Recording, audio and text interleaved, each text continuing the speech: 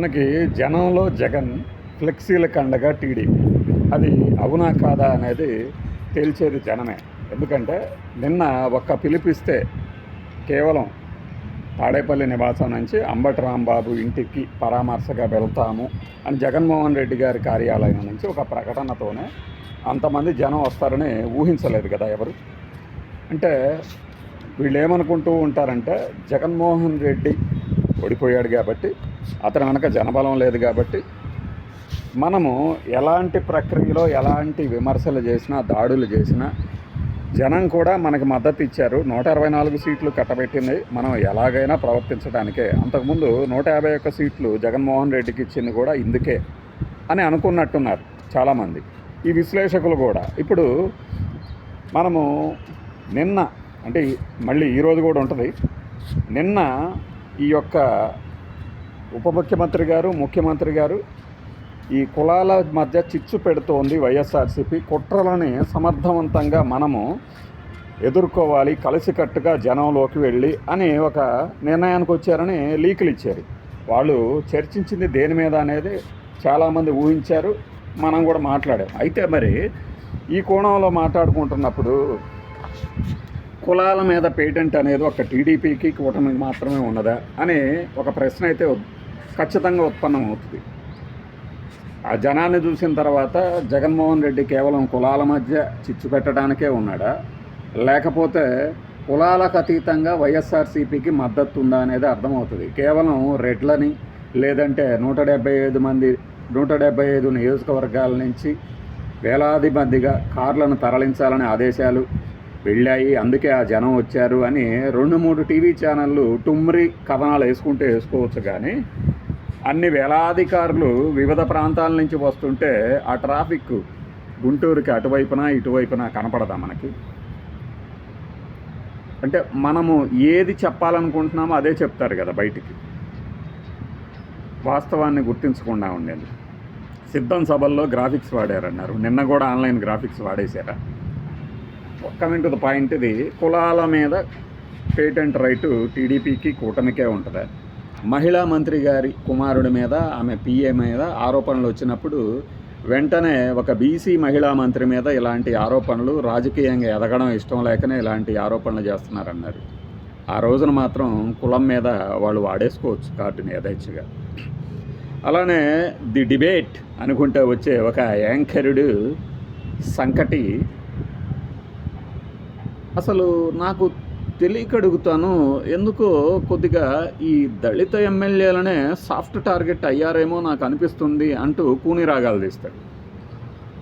అతను చేసినటువంటి గలీజు వ్యవహారం బయటపడేసరికి అప్పుడు మాత్రం కులం కార్డు తీసి ప్రయోగించడానికి వీళ్ళకే హక్కు ఉంటుంది, ఇంకెవరికీ ఉండదు. అంబటి రాంబాబు గారి కులం ఏదనేది తెలుసు. అంబటి రాంబాబు గారు ఏ రోజైనా సరే నా కులం మీద దాడిగా వర్ణించారలేదు అని ఈయనే చెప్తాడు, ఈ డిబేటరే చెప్తాడు. మరి వారి కూతుర్లు కానీ అల్లుడు కానీ అడిగిన ప్రశ్నలకి సమాధానాలు ఉండాలి కదా. ఇంట్లో వాళ్ళందరూ ఈయన మనకు సంబంధించిన లీడరు మన మీద దాడి చేస్తున్నారా అని అడిగితే లేదు లేదు లేదు ఆయన అలా చెయ్యడు అని చెప్తున్నారు. వీళ్ళందరికీ, ఇలాంటి వాళ్ళందరికీ మీరు సమాధానాలు చెప్పాల్సి వస్తుంది అని అడగటం కులాన్ని వాడటమా? ఈ రోజున కులచిచ్చు అంటూ తెలియకుండానే కూటమి ప్రభుత్వం కులాల మధ్య ఇది ఒక వార్లాగా జగన్మోహన్ రెడ్డి చేస్తున్నాడు అని చెప్పదలుచుకుంది. మరి ఇంకొద్దిగా వెనక్కి వెళ్తే, మనం అప్పు తీర్చమని అడిగినందుకు కారుతో గుద్దిచ్చి, లోపల ఆడవాళ్ళు కూడా ఉన్నారు, కారులో గుద్దిచ్చే తొక్కిచ్చేసే అని అతనిని చంపిన దాంట్లో అప్పుడు కూడా ఇలానే కులాల మధ్య కుంపటి పెట్టబోతున్నారు అన్నారు. కానీ ఆ రోజున వాడిన పదాలు ఏంటి? అవి కాదా? అది గుర్తుంది కదా మీకు? ఏదే జరగకపోతే వెళ్ళిపోయి మళ్ళీ నష్టపరిహారాలు, ఎకరాలు, ప్రభుత్వ ఉద్యోగాలు ఎందుకు ఆఫర్ చేసి వచ్చారు? దాని తర్వాత ఇప్పుడు దీనికే వస్తే ఇది కులాల మధ్య కుంపటి కానప్పుడు దాడికి వెళ్ళిన కూటమి కార్యకర్తలు కులాల పేర్లతో ఎందుకు వాళ్ళ మీదకి రెచ్చిపోయారు? ఇంట్లో ఉన్న మహిళల మీదకి ఎందుకు బూతులు లంకించుకున్నారు? దీన్ని కంట్రోల్ చేయాల్సింది ఎవరు? కులాల మధ్య కుంపటి పెట్టకుండా, చిచ్చు రగిల్చకుండా కలిసికట్టుగా కుట్రలను ఎదుర్కొంటామనే సంకల్పం తీసుకున్నాం మనం. తీసుకున్నాం. మరి మన కార్యకర్తలకి మనం సంయమనం పాటించాలి అనేది సంఘటన జరిగిన తర్వాత చెప్పడం కాదు, ముందు చెప్పొచ్చు కదా. ఎవడి ఆదేశాలు లేకుండానే వెళ్ళిపోయి ఎకాఎకిన దాడులు చేసేస్తారా? నమ్ముతారా? అందుకే అంటుంది, కులాల మీద పేటెంట్ ఒక్కళ్ళకే ఉందా? ఏం అవతల వాడు తీసి కాస్త వాడేసరికి బగ్గుమంటున్నారా? ఈ వాడకంలో జగన్మోహన్ రెడ్డి వాడకం ఎలా ఉంటుందనేది అర్థమవుతుందా ఇప్పుడే?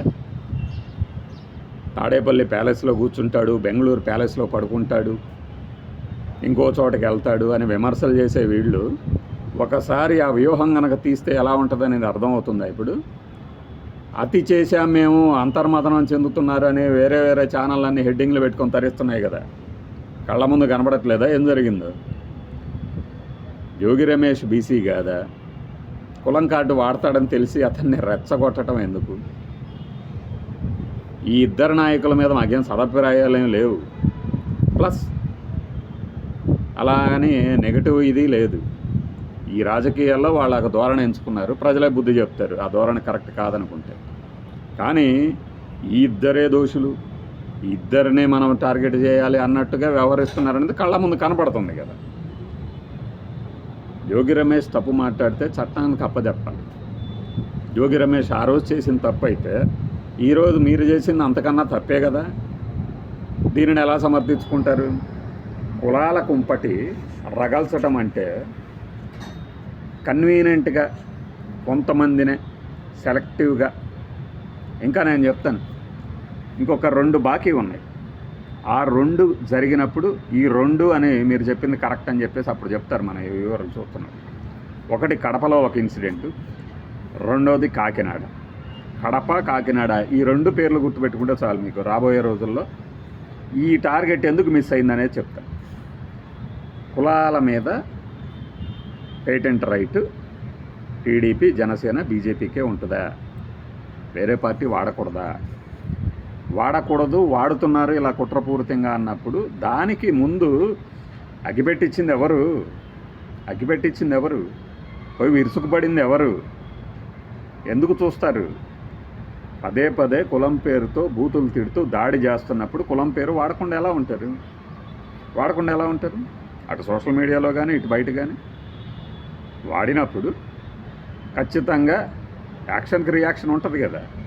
వాళ్ళు అదే చెప్తున్నారు, కాపు కులంలో అంబటి రాంబాబు మీద దాడి జరుగుతుందనే చెప్తారు. దానికి మద్దతుగానే జనసేన నుంచి బయటకు వస్తుంటారు ఇంకా మనుషులు, ఇంకా వస్తారు. దీనిని ఉమ్మడిగా కుట్రలను ఛేదిస్తాం అనాల్సిన అవసరం లేదు.